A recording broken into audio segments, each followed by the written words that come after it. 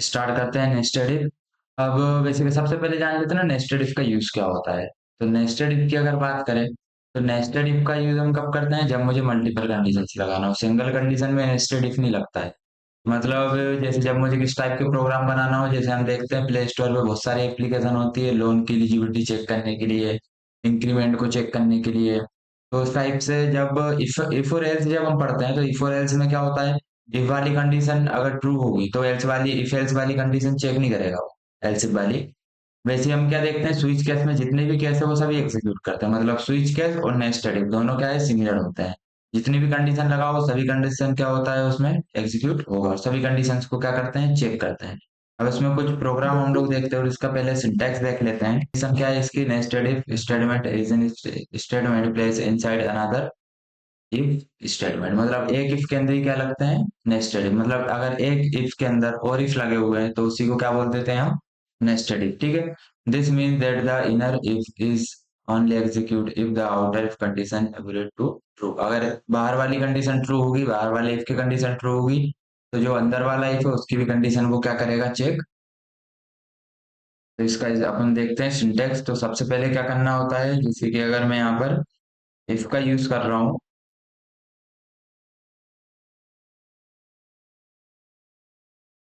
अगर मैंने लिखा यहाँ पर इफ और यहाँ पर क्या लगा दी, कंडीशन। मान लो मैंने फर्स्ट कंडीशन रखी, तो उसके बाद मैं यहाँ पर लिखूंगा उसका क्या, स्टेटमेंट।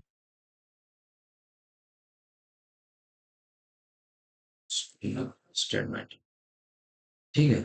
अभी तक ये अपना किसका सिंटेक्स था, इफ का सिंटेक्स था, और यहाँ पर क्या लगा देते थे, एल्स लगा देते थे। बट नेस्टेड इफ में क्या होता है, थोड़ा चेंज हो जाता है। जो स्टेटमेंट लिखने की बजाय हम क्या लगाते हैं, कंडीशन टू देना पड़ता है।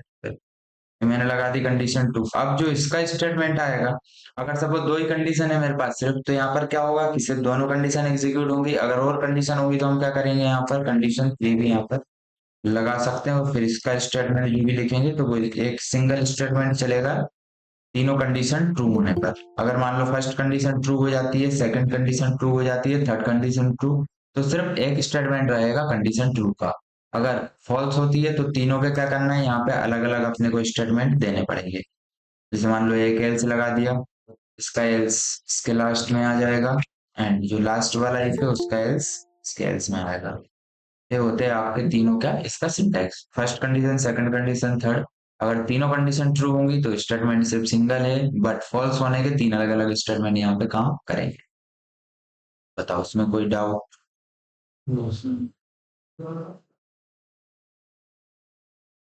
ठीक है।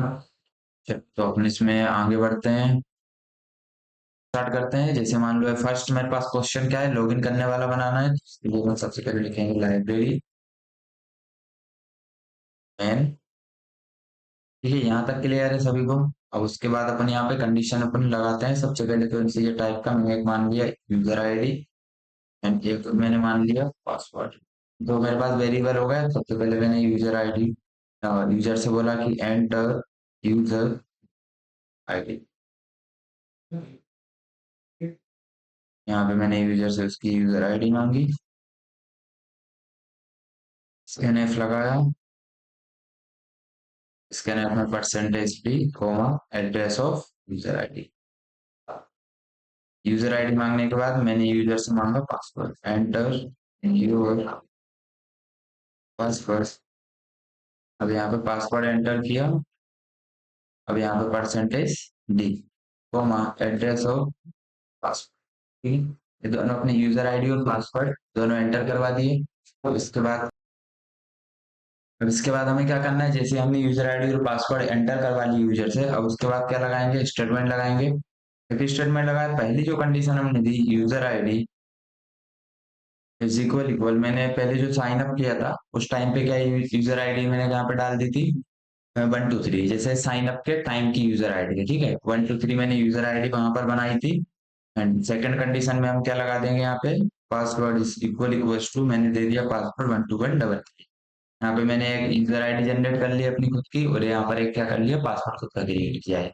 अब इन दोनों का स्टेटमेंट, अगर आप दोनों कंडीशन ट्रू लिखते हो तो वहां पर आ जाता है लॉगिन, लिखा हो लॉगिन सक्सेसफुली। ठीक है। नेक्स्ट हम लोग यहाँ पर देखने वाले हैं कि यहाँ पर अगर सपोज पासवर्ड इनकरेक्ट रहता है, तो इसका स्टेटमेंट भी चलाना जरूरी है, तो उसमें लगा दिया एल्स, और एल्स में हमने प्रिंट एफ करके लिख दिया incorrect password, incorrect password. Suppose अगर यूजर आईडी गलत हुई तो यूजर आईडी के लिए भी हमने क्या कर दिया, यहाँ पे उसका एल्स लगा दिया। यहाँ पर देखोगे तो इसिफ का एल्स ये वाला है और इसिफ का एल्स ये वाला। यहाँ पर भी हमने क्या कर दिया, print F incorrect user ID. अब जब हम इस प्रोग्राम को रन करते हैं तो यहाँ पर सबसे पहले हम देखते हैं लॉगिन करके कि जैसे यूजर आईडी मैंने लिखी 123, पासवर्ड मैंने दिया 12199, तो यहाँ पर आ गया आपका मैसेज लॉगिन सक्सेसफुली। अब मैंने यूजर आईडी सही लिखी बट पासवर्ड क्या कर दिया, गलत कर दिया, तो यहाँ पर क्या लिखा हुआ आ जाएगा, इनकरेक्ट पासवर्ड। अगर मैंने यहाँ पे यूजर आईडी गलत लिखी और पासवर्ड सही लिखी तो क्या मैसेज आ जाएगा, यूजर आईडी इनकरेक्ट। ठीक है।